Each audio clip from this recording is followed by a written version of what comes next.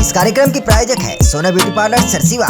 नमस्कार, बहुत स्वागत है ACN 24 न्यूज में। मैं हूं आपके साथ हेमंत। चलिए गौर करते हैं खबरों पर।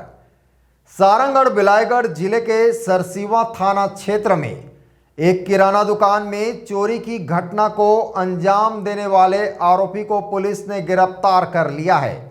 पुलिस ने आरोपी के कब्जे से चोरी किया गया सामान और एक मोटरसाइकिल भी बरामद की है, जहां पुलिस ने आरोपी को न्यायिक रिमांड पर भेज दिया है।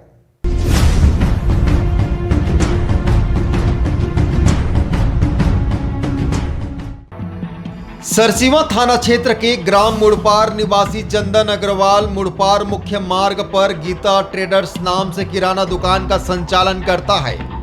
कुछ दिन पहले उसकी दुकान में चोरी हो गई थी, जिसकी शिकायत चंदन अग्रवाल ने सरसीवा थाने में दर्ज कराई थी।